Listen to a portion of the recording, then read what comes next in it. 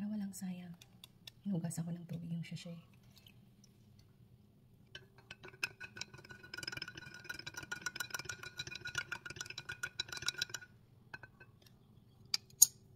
Blessed morning, guys. Sarap.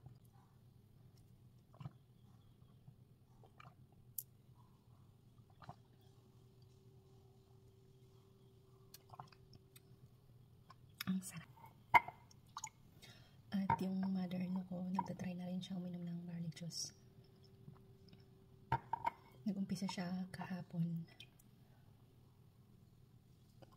So, tingnan ko na kung iinom siya ulit today.